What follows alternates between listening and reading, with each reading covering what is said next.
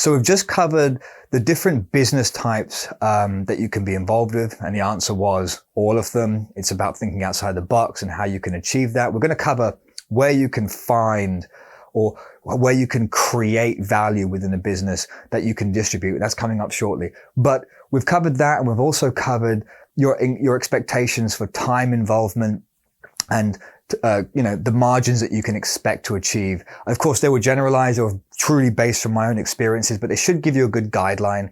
And before we jump into either the structure of how you can structure your business opportunity, your business offering, and how you can do that in a low cost or no cost way, I want to very quickly touch on something I'm pulling from my college, my university experience.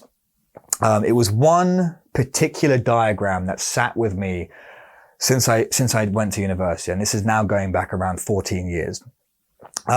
It's called the Boston Matrix.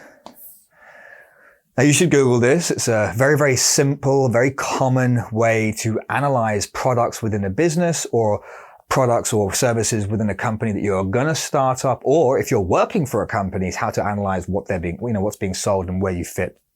And of course, you've got two axes here. You've got the market growth and market share. As far as market growth is concerned, you've got low market growth through to high. And as far as market share is concerned, you've got low market growth through to high here. And you've got these four different quadrants. Okay. Now, in the low market share, the low market growth, you have what's called dogs.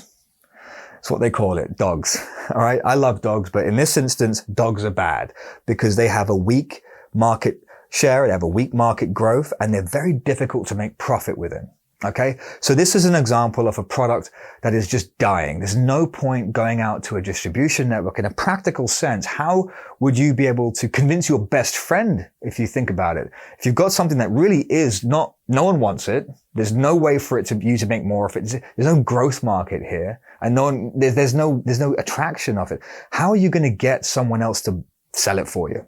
It's a fool's errand. You're going to waste a lot of time doing that. So dogs are a big no-no. The other three, in respect of distribution channels, are actually very good to use, but they have different success factors to them. Question marks. These are high growth markets, but you haven't started them properly, or they've just started. You don't know how successful they're going to be as far as market share is going to be concerned. You don't know how much investment to put behind them. You know that people like the idea of them, or you know that the future demands it. A good example here is Elon Musk.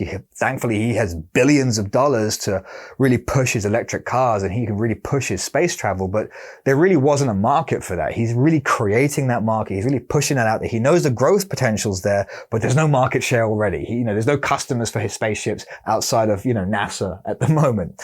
So that's just an example.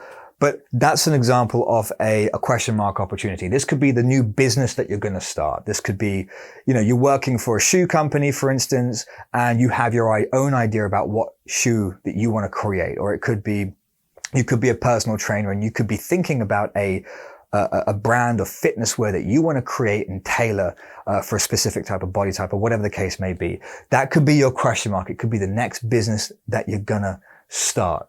Okay. That's a good one to use with distribution networks. Why? Because they're exciting. Because you have a new concept. People can back the idea. They can back the energy that you have. They can back the marketing that you have, and they can go out there and push it out there for you. So distribution networks work extremely well with question marks. So let's put a big green tick for question marks. Okay.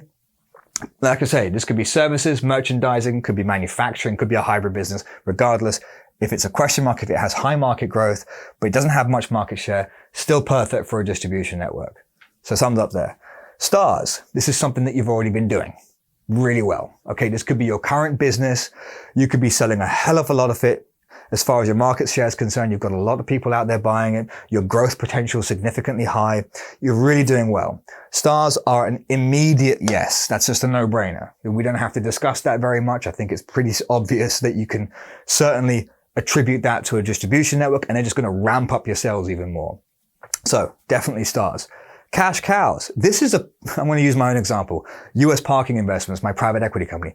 That's like trying to turn a U-boat in a small stream or a channel. It's very slow. It doesn't move very quickly, but it always churns over money. It's just that tank that just keeps on going.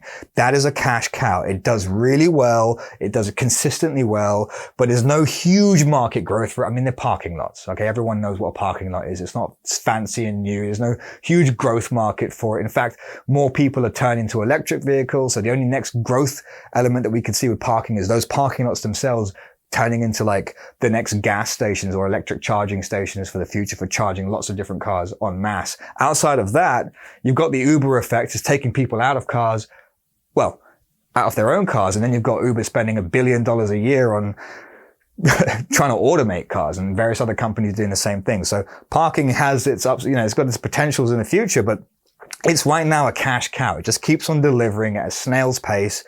Market growth isn't high, but it keeps on paying. You can still distribute against this, but the difficulty here is getting people excited about it. How do you get your distribution channel partners excited about promoting or selling this for you? Okay. It might make logical sense. Yes. It might be methodical. Yes. It might be the pots and pans or the knives and forks to that industry, the things that you just need to have, but they're just not that enticing. Okay. That's a cash cow, but can you still work with it? Yes, you can. All right. That is the Boston Matrix. I want you to take this, and you should Google this outside of it. You can have lots of different explanations about it, but I'm going to give you I'm cutting off the fat here. I just want you to look at this, or take this concept, apply it to your business idea or the business that you're within, and think, what can you cut off first of all? Can you cut off the dogs? What is it that you can relieve yourself of so that you can focus on the things that are going to sell or have the potential to sell most of? So think about that, and I'll see you in the next section.